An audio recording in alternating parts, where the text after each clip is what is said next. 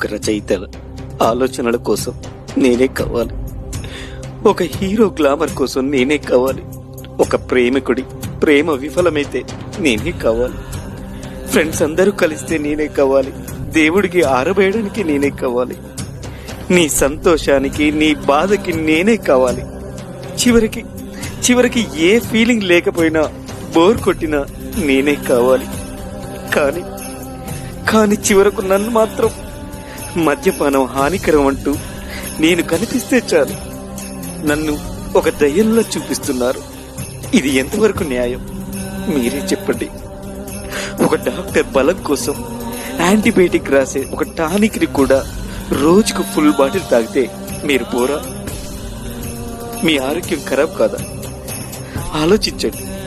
నన్ను కూడా రోజు కొంచెం కొంచెం మాత్రమే తాగండి.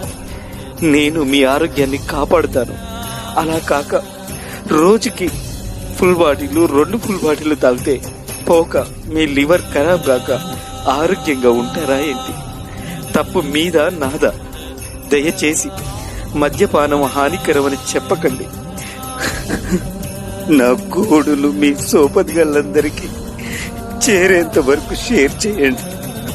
ఇట్లు నిన్ను సుఖపెట్టే నీ అది కూడా నువ్వే రాసుకో.